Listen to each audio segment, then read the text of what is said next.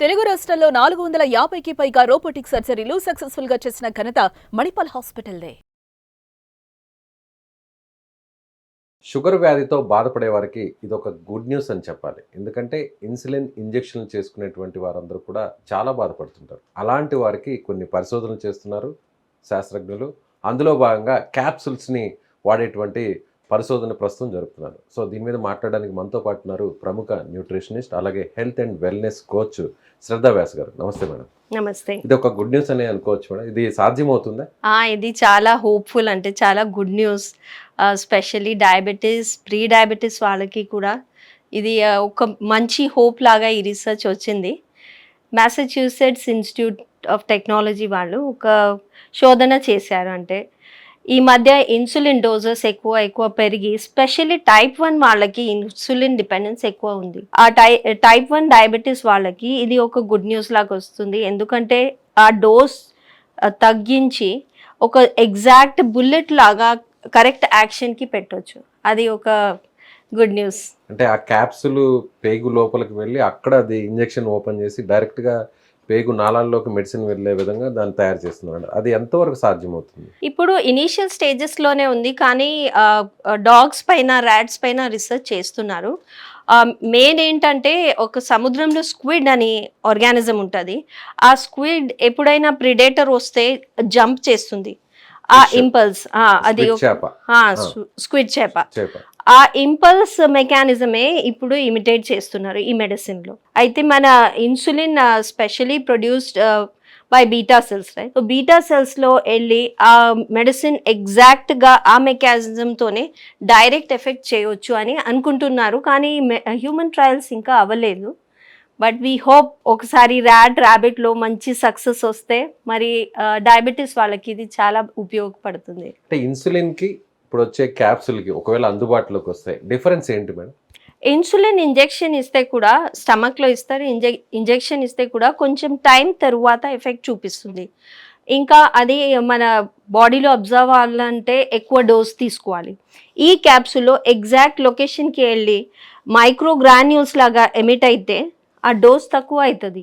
అంటే ఒకటే డోస్ చాలా మంది పేషెంట్స్ కి ఉపయోగపడుతుంది. అంటే తక్కువ శాతం మందునే వాడుకోవచ్చు. వేస్టేజ్ అనేది ఉండదంటారు. వేస్టేజ్ ఉండదు, ఇంకా పేషెంట్ కి కూడా ఇమీడియట్ ఎఫెక్ట్. అంటే దాని వల్ల ఏదన్నా దుష్పరిణామాలు ఏమన్నా ఉంటాయి అంటే? ఉండొచ్చు, ఎందుకంటే ఇది ఇనీషియల్ స్టేజెస్ లో ఉంది. టోటల్ పరిశోధన చేసి టిష్యూలో ఏం చేంజెస్ వస్తున్నాయి ఆ క్యాప్సూల్ వల్ల, అది ఒకటే సెల్లో పోతుందా, వేరే సెల్కి ఏదో సైడ్ ఎఫెక్ట్ ఉందా, ఇది ఇంకా కరెక్ట్ అనాలిసిస్ చేయలేదు వీళ్ళు. కానీ ఒక హోప్ఫుల్ న్యూస్ అనుకుంటున్నాం. సో ఇది ఎప్పటి వరకు సాధ్యమయ్యే అవకాశం ఉంటుంది? అంటే ఇప్పుడు ట్రయల్స్ లోనే ఉంది, ఇంకా రీసెర్చ్ లోనే ఉంది. ఇప్పుడు కొన్ని యానిమల్స్ మీద, ర్యాట్స్ మీద, వాటి మీద ప్రయోగాలు చేస్తున్నారు అంటారు. మనుషుల వరకు వచ్చే దానికి ఎంత టైం పట్టే అవకాశం ఉంది? ఇది చాలా టైం పడుతుంది, ఎందుకంటే ఇది ఒక షార్ట్ రీసెర్చ్ కాదు, ఇది లాంగ్ రీసెర్చ్. మన కరోనా వ్యాక్సిన్ అప్పుడు అయితే షార్ట్ ట్రయల్స్ చేసి తొందరగా లైఫ్ థ్రెటనింగ్ అని చేసేసారు. కానీ దీంట్లో చాలా టైం పడుతుంది, అట్లీస్ట్ 10-15 ఇయర్స్ పడుతుంది. స్లోలీ అవన్నీ మెకానిజం చూసి ఆ ఆర్గన్ డ్యామేజ్ లేదు, సెల్ డ్యామేజ్ లేదు అంటే మరి హ్యూమన్ ట్రయల్స్ చేయవచ్చు. హ్యూమన్ ట్రయల్స్ కూడా చాలా 4-5 ఇయర్స్ చేసి మరి యాక్సెప్టెన్స్ ఉన్నప్పుడు మార్కెట్లో వస్తుంది. అంటే ఇన్సులిన్ స్టేజ్ వరకు రాకుండా ఉండాలంటే ఏం చేయాలి? అంటే జనరల్గా ఇన్సులిన్ తీసుకోవడానికి చాలా ఇబ్బంది పడుతుంటారు. చిన్న చిన్న పిల్లలు కూడా ఇప్పుడు ఇన్సులిన్ తీసుకోవాల్సిన పరిస్థితి వచ్చింది.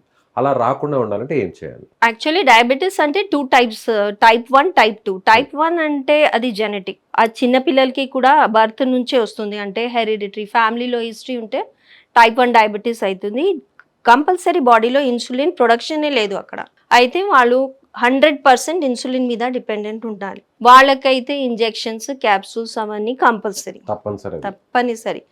టైప్ 2 మన బ్యాడ్ హ్యాబిట్స్తో చేసే పరిణామం అది యాక్చువల్లీ. అంటే మన లైఫ్ స్టైల్, మన food habits, no exercise, smoking, drinking, ఎక్కువ వెయిట్ గెయిన్, ఇవన్నీ వల్ల టైప్ 2 డయాబెటీస్ వస్తుంది. అది లైఫ్ స్టైల్ డిసీజ్ అంటారు. అంటే మన లైఫ్ స్టైల్ వల్లనే ఆ డిసీజ్ వస్తుంది, అది జెనెటిక్ కాదు.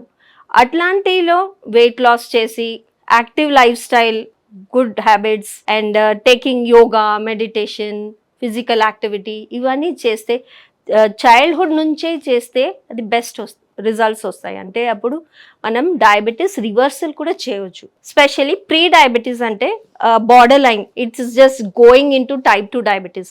ఆ బార్డర్ లైన్ స్టేజ్ చాలా క్రూషియల్. అప్పుడు correct food habits, life style, exercise, weight loss ఇవన్నీ చేస్తే రివర్స్ కూడా అవ్వచ్చు. మంచి రిజల్ట్స్ వస్తున్నాయి కరెక్ట్ లైఫ్ స్టైల్ చేంజెస్ చేస్తేనే. చాలా మంది కొంత ఆలోచన చేస్తుంటారు మేడం, ఎందుకంటే ఇప్పుడు డయాబెటిక్ గా మారుతామేమో అనే టెన్షన్ ఉంటుంది. కొన్ని టెస్టులు వచ్చినా కూడా రిపోర్ట్స్, సో వెంటనే మెడిసిన్ వాడేంత వరకు వచ్చింది అని ఎప్పుడు తెలుస్తుంది? ఖచ్చితంగా ఇప్పుడు మెడిసిన్ వాడాలి అంటే అది ఎట్లా తెలుస్తుంది? అది ఒక సింపుల్ టెస్ట్ parameters ఉంది, ఏమన్నా ఉంటాయి? పారామీటర్స్ ఉంటాయి. ఒక సింపుల్ టెస్ట్ ఉంది, HbA1c టెస్ట్ చెప్తారు. 3 months బ్లడ్ గ్లూకోజ్ లెవెల్ చూపిస్తుంది. Hmm. అది ఇప్పుడు 6.4 ఎక్కువ ఉంటే అది కంపల్సరీ. 5.7 to 6.4 ఒక ప్రీ డయాబెటిక్ రేంజ్ ఉంది.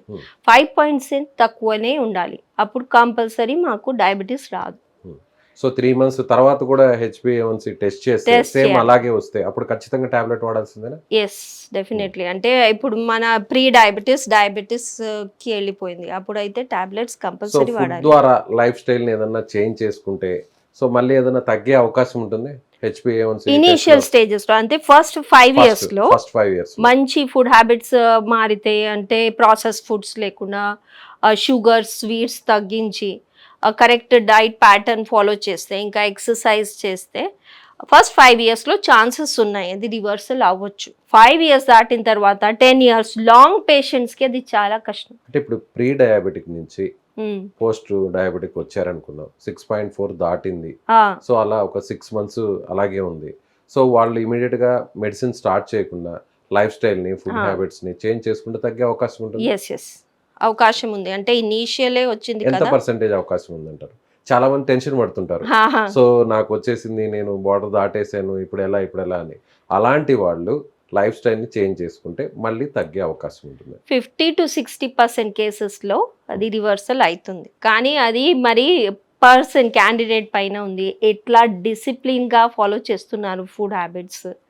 ఇంకా స్ట్రెస్ కూడా ఎక్కువ ఉంటే, ఈ అన్ని మంచి హ్యాబిట్స్ ఉన్నా కానీ ఎక్కువ స్ట్రెస్ఫుల్ జాబ్లో ఉన్నారు, స్లీప్ లేదు, ఇమోషనల్ వెల్బీయింగ్ లేదు అంటే మరి ఆ ఇన్సులిన్ ఫ్లక్చుయేట్ అవుతుంది.